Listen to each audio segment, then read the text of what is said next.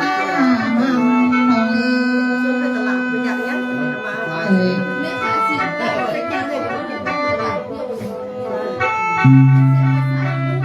สายเอ้ยอายก็สั่งไปเทอายเอ้ยเทมลิ้นลาวมาสั่งกองเทลา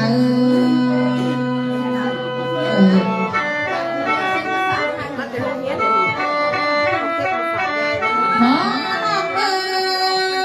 ยเลยได้สั่งยงหน้าหุ่นว่าลองไปเชื่อเจอนำเลว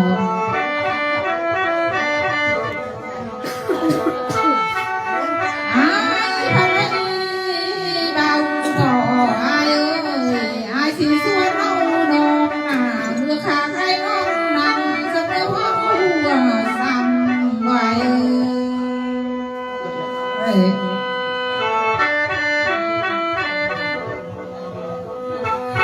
สายเอ้ยอายสิพาไอ้ลำสักเหลือเสือหัวมาบ่น้อยเล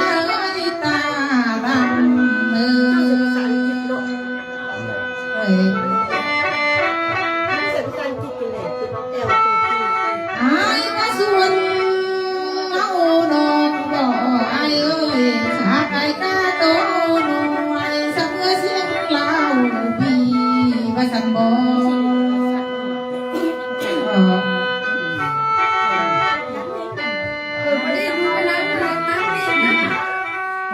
เดียวเด้อเด้น้อยพินตามันเอ้ยอายและน้องจะมีปีกนักสักทีลังโตตาได้หลายเอ้ยสายเอ้ยเฮานาเฮ็ดเดียวเด้อเด้สองคนทั้งว่าจะมีตาสักทีลังตา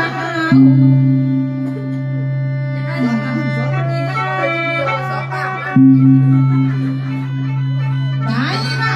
ยและดอกหน้าจะไล่กินลูกคือเพิ่งพาสะอื้นก็มอยแม่นเฮาเนาะ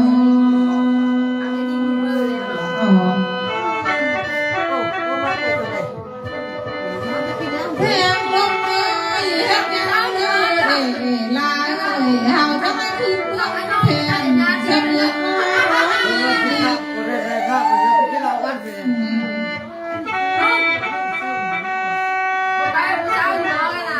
ได้มาดีงายเป็นพึ่งนองสักคืนนั้นพ่อเสียงโมเดลน้อยลาหมอลำไขว่เอ้ย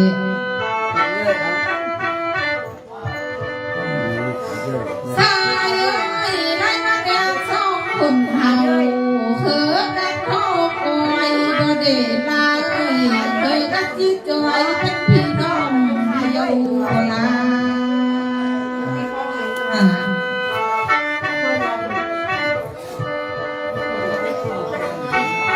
ดูไว้แม่ดอกหน้าหน่วยเลยตามันเอ้ยไอ้มาเขาเด็กดีหน้าเฮาอยู่เพิ่งพาฉันเป็นผู้เลี้ยงคอยไว้เอ้ยสายเอ้ยอายมาเฮาอยู่เมืองพาหน้าเขาตะกี้หน้าเป็นผู้เลี้ยงมา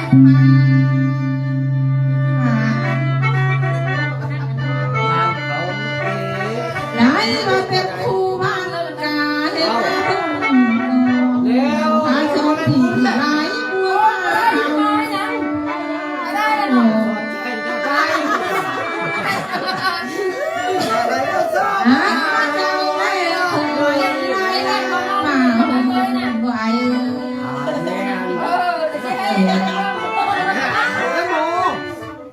เขา ผู้สาวนี่นะจักรองเมืองก็มาดีเมืองอะไรเฮาลงเมืองพี่เมืองนาโก โอ้บ่ได้แล้วทะเลาะ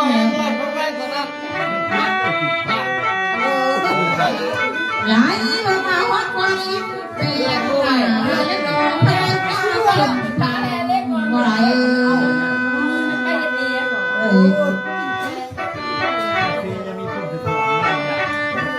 แม่ก็เอ้ยหาทำเงินเดือนชั่วมาบอกโอ้เราส่วนน้องเอ้ยแค่ว่าเอาแล้วคนมีน้องเอ้ย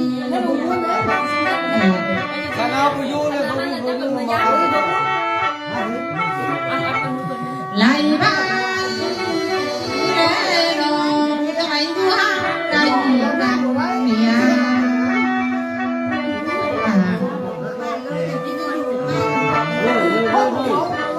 แม่ก็เอ้ยเลยว่าเจอนะอีหน้าขาวก็อีหน้าไม่เลยอีหน้า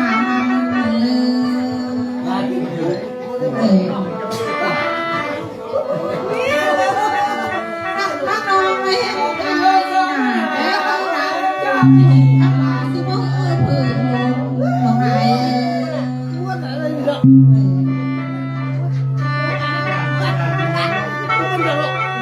เอาเห็นใจหน้าต้นหน้าเพื่อเพื่อเดินหลายหลายแล้วน้องเห็นกันได้กี่หน้าก็น้องที่อ้อโขงลงลงไหน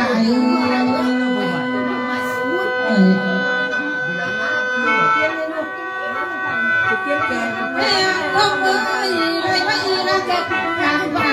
เอ้ยความเจ้าดีไม่เสื่อกันไปก็เก่ง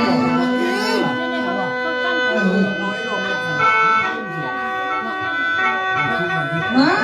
เอ้ยความเสียสีใจน่ะหาว่าเสื่อกันโดยดอกลาเสือมาภาวนาผู้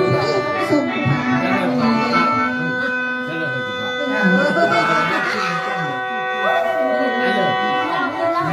ไอ้ทำบุญสักได้ไอ้ก็เจอดีดวงชายพันมาปวดแล้วก็เราพายตัวนี้ไอ้ขึ้นส่งพาไหล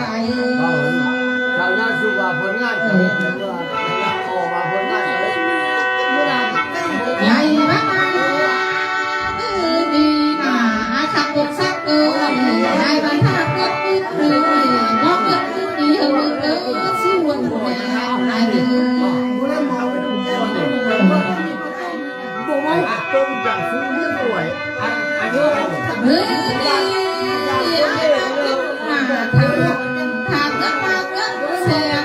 ลองเสียงเธอมาเออส่วนทางอันเรื่องว่านับสองคนจะว่าไม่ได้มาโกงสุดไหลมาไม่ดีเพื่อมาทำบุญสักเอ้ยก็พวกเจ้าต้องทำกันไว้เนอะเอาว่าวันนี้แรกเพื่อกินบอกเอาลูกสาวไหลมาดีเอากันมีสักใจเลยไอ้เอ้ยไอ้ทำเดียวคือหาเอาเลย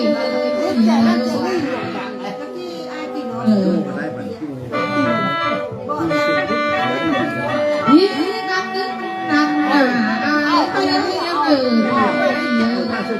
การเต้นน้ำมันเป็นขอพวกเจ้าอะไร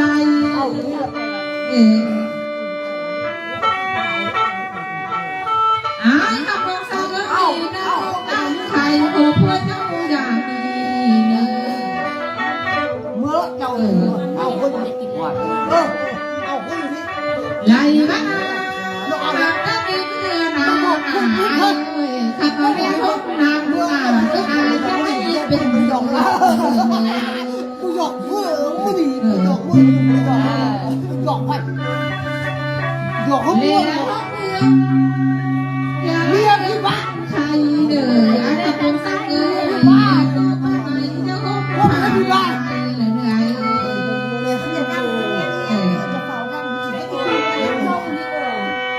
ไงบ้านน้ำซอยในหุบผาไม้บ้านมวนเด้อไอ้เอ้ยเจ้าอย่าให้สวยเพื่อตัวเลยเนี่ยครับพ่อมาคุณ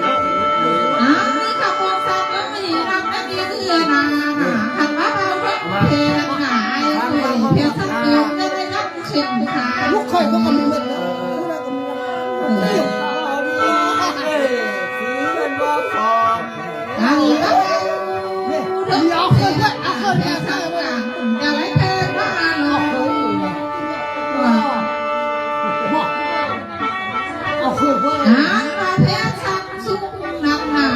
จะไล่แพ้พ่อทองเรื่องมาด้วย nó bảo cái da nó nó bảo à nó dặn nó bảo cái đó áo khơi năm đi áo khơi cái năm đi อันละมา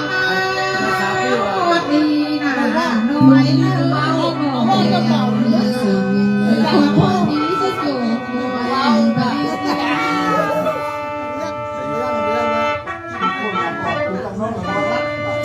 ว่าเอ็มเนยมาที่นอนเมาเสื่อมเสื่อมก่อนเหนื่อย lưng là lưng mía không hiểu đâu ใหญ่บ้านี่นะไอ้เลิกมาแล้วเลิกหลวนอนมาได้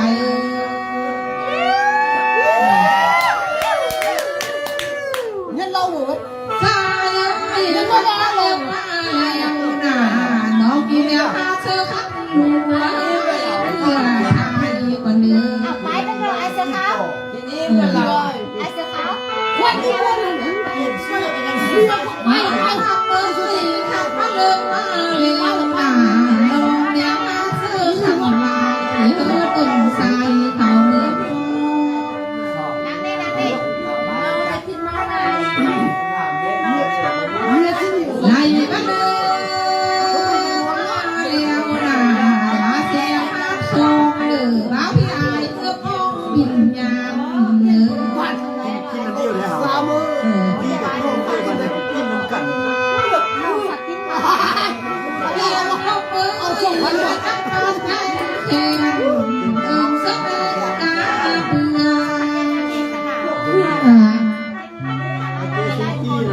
ได้เลิกมาแล้วนะไอ้ก็พูดได้เสือไอ้บินแต่เดินทองนี่นะเพิ่งเดินเข้ามาอย่างเดียว Mau sạch em đi. ยามนาเท่าพักมาเลี้ยวนะขับมาเอาเท่าเอิญดังแล้วผู้กระทำมา học từ nó được mẹ ơi อันเบาพอจ้าดังแม่ผู้กระทำเราโอ้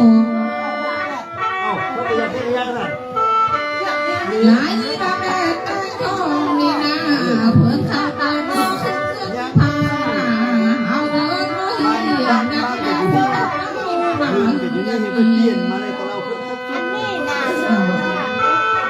Anh đi nè. ว่าเอ้ยมือนี้น่ะดูเพิ่นผู้บ้านเพิ่นสร้างบุญหากะเด้ง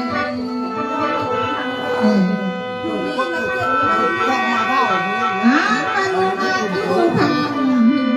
เพิ่นและสร้างบุญของเดี๋ยวไอ้เอ้ยไอ้จะเบิ่งเบิ่งจนเก่ามันจะมากันนี่ ơi cái chả mà